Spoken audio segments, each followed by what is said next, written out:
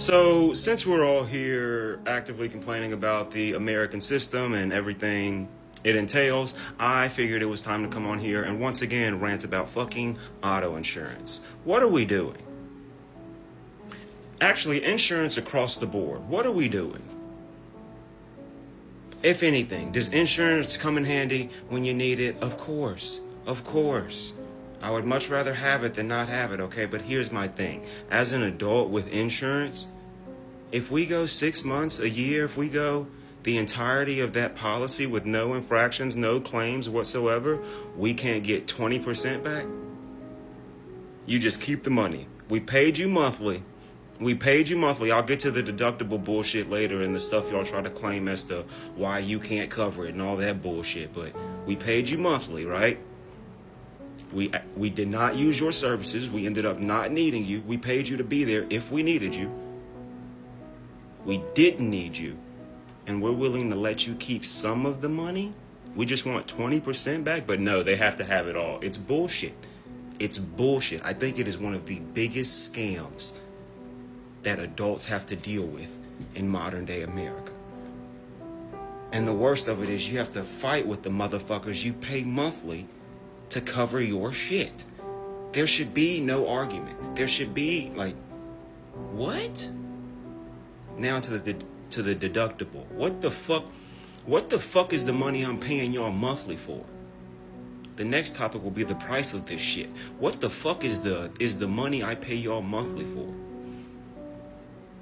And then in the case of an accident, I also have to give y'all additional money to do what I'm paying you monthly to do. Okay. So it's a scam. So I can't get any money back when I don't need you. But then when I do need you, I have to give you more money than I've already given you. Okay. All right. Do you want to lube up my asshole before you fuck it? Do you want to do that? Like, what are we actually doing here, right? Now the cost. I say auto insurance because it's one of the ones that's required by law. You have to have it. Don't be riding around without insurance. I'm telling you right now. You have to have it, right? So when you're in a position, as many Americans are, where you have a car payment and insurance along with the maintenance cost of that car, some people are paying $1,000 a month to fucking drive. I feel like most people are paying what? Anywhere between $400 and $1,000 a month to fucking drive. The note, sure. You don't have 40 bands up front. You got to get that note because you need a vehicle. Sure. You know what I'm saying? But you gonna tack on insurance? What about people with a commute? Now you got gas. You know what I'm saying? Think about the money we're paying monthly to drive. Mind you, it's not by coincidence or fairy tale magic that there isn't a nationwide train system or better public transportation in some areas. When I lived in Maryland, it blew my mind. What do you mean there's a train system? I can get on a train and go to DC. In the South, you better have a fucking car. Right? So, when you have transportation, which is most likely a necessity for most people, right?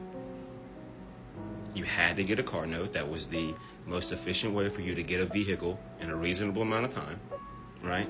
And now they say, wait. We need A, B, C, D, E, F, G on top of that.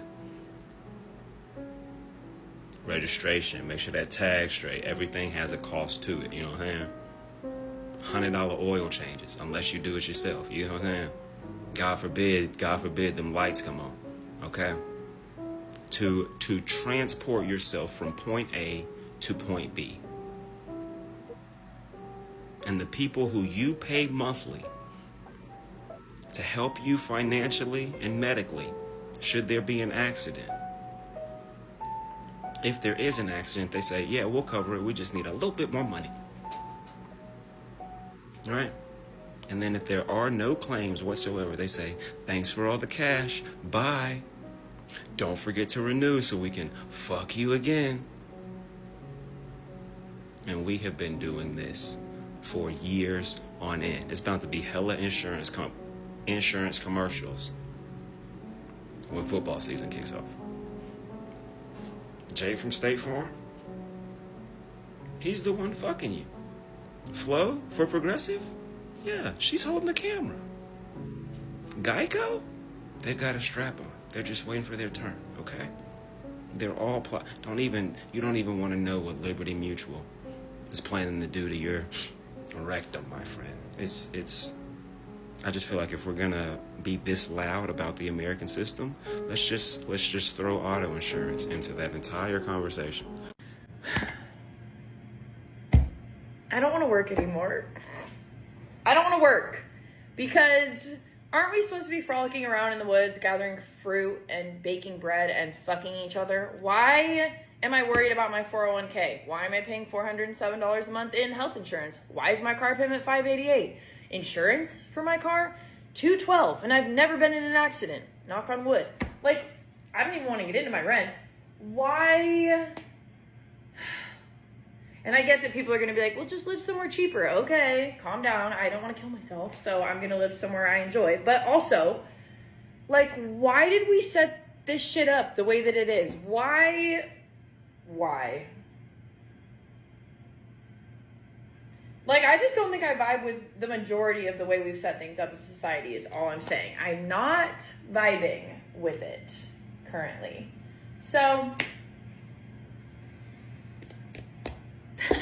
that's all. Here's something else that no one tells you about spiritual awakening. No one tells you that you are going to have to learn how to lose. You are going to have to become a loss specialist. Because before your awakening is about how much you gain, it's first going to be about how much you lose.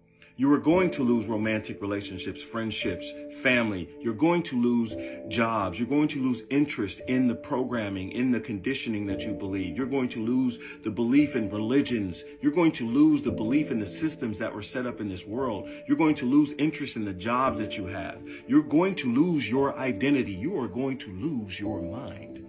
Because although in this world we are taught to win, winning is everything. And how do you win? You achieve, and you get to the top that way. In the spiritual awakening, it's completely opposite. You get to the top by losing. And think about that statement. It doesn't even make sense. You get to the top by losing, by going to the bottom, losing connection to everything that this world has taught you that is important. And once you get to the bottom, you are naturally going to be in a tremendous amount of pain because of that loss, because loss hurts. Let's just get that out of the way. And then you're going to kick and scream and fight and try to climb your way back up. But you won't be able to make it up because you're going to continue to lose. And you're going to try to resist that. But when you actually surrender and you just allow yourself to fall to the bottom, that is when the process changes. Because when you sit at the bottom and you surrender to this process, down at the bottom is where you are going to gain everything you need to get to the top. Because in the spiritual awakening, you don't get to the top by your actions. You get to the top by your surrender. You get to the top by letting go. You get to the top by learning how to lose. So when you are at the bottom and you sit in that bottom and you surrender, that is when your true awakening takes place. Because at the bottom is where you're going to pick up everything you need to go to the top. At the bottom is where you're going to meet yourself. You're going to meet the divine, God, the universe, your higher self. You're going to meet source at the bottom. And guess what happens after that? That's when your ascension starts. You're going to ascend to higher levels of consciousness. That's when you realize you have direct connection to source, God, universe, and you realize that you are an extension of source. And then at that point, you will be so detached from all of the things that you lost that it won't even matter. Because what you have gained is so much more important and so much more powerful than anything you lost. And so the pain that you felt from loss now has been transmuted into the peace that you feel from ascending, from rising in consciousness. And so that peace leads to gratitude. That gratitude leads to love. That love leads to empathy. That empathy leads to understanding, and so on and so forth. You move to a different space in your journey because at this point you've been able to conquer loss in order to gain your ascension. So for those of you that have gotten through this part of the journey, congratulations, pat yourselves on the back. For those of you that are going through this journey, keep going, stay encouraged, stay in the process. It's going to be okay.